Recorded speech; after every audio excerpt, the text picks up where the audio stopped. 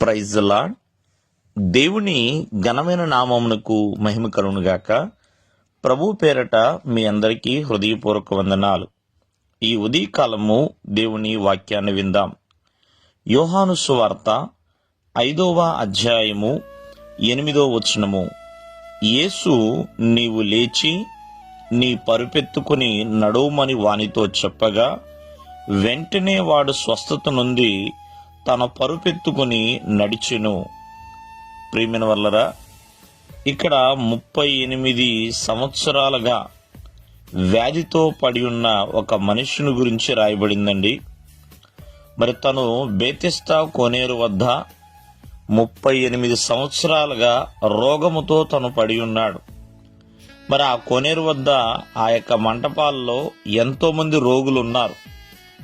ప్రియమైన వల్లరా, ఇతను 38 సంవత్సరాల నుంచి వ్యాధితో తను పడి ఉన్న స్థితిలో ఉన్నాడండి. ఆ స్థితిలోంచి యేసుక్రీస్తు వారు ఒక్క క్షణములో ఆయన్ని లేవనెత్తి ఉన్నాడు.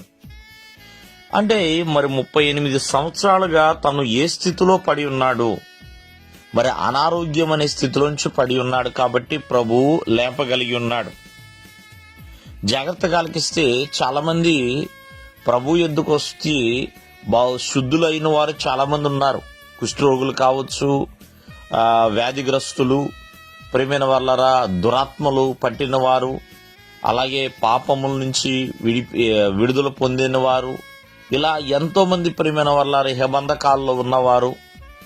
అంటే యేసుక్రీస్తు వారు విడిపించేవాడు అనే విషయాన్ని మనము మరవకూడదండి. ఇక్కడ యేసుక్రీస్తు వారు వెంటనే ఒక విషయాన్ని తెలియచేస్తున్నారు. ఏమనంటే కింద వచనాల్లో చూడండి, ఇంకెన్నడూ కూడా నువ్వు కీడు చేయబాక, పాపము చేయబాక, నువ్వు స్వస్థత నొందావు కదా అంటూ ప్రియమైన వల్లరా వారికి తెలియచేస్తున్నారు.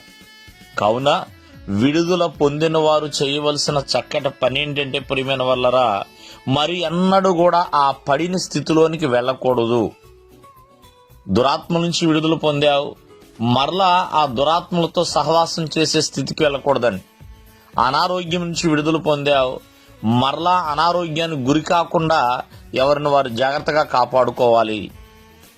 అలాగే ఇహలోక ప్రేమ నుంచి విడుదల పొందావు, మరలా ఇహలోక ప్రేమలో పడిపోకూడదు. పాపము నుండి విడుదల పొందావు, మరలా ఆ పాపములో పడిపోకూడదు. కావున ఒకసారి ఆలోచించండి. మరి విడుదల పొందిన వారు ఎల్లప్పుడూ కూడా స్వతంత్రుడుగానే బ్రతకాలని దేవుని యొక్క వాక్యం సెలవిస్తుంది. ఇతను 38 సంవత్సరాలు వ్యాధితో బందీ అయి ఉన్నాడు. దేవుడు వారిని విడిపించి ఉన్నాడు. కావున ప్రభువు వారు విడిపించేవాడు. కావున ప్రతి ఒక్కరిని కూడా విడిపిస్తాడు. కావున ఆయన కొరకు కనిపెట్టిన వారిగా ఉండాలి. దేవుడు మిమ్మల్ని ఆశీర్వదించునుగాక. ఆమేన్.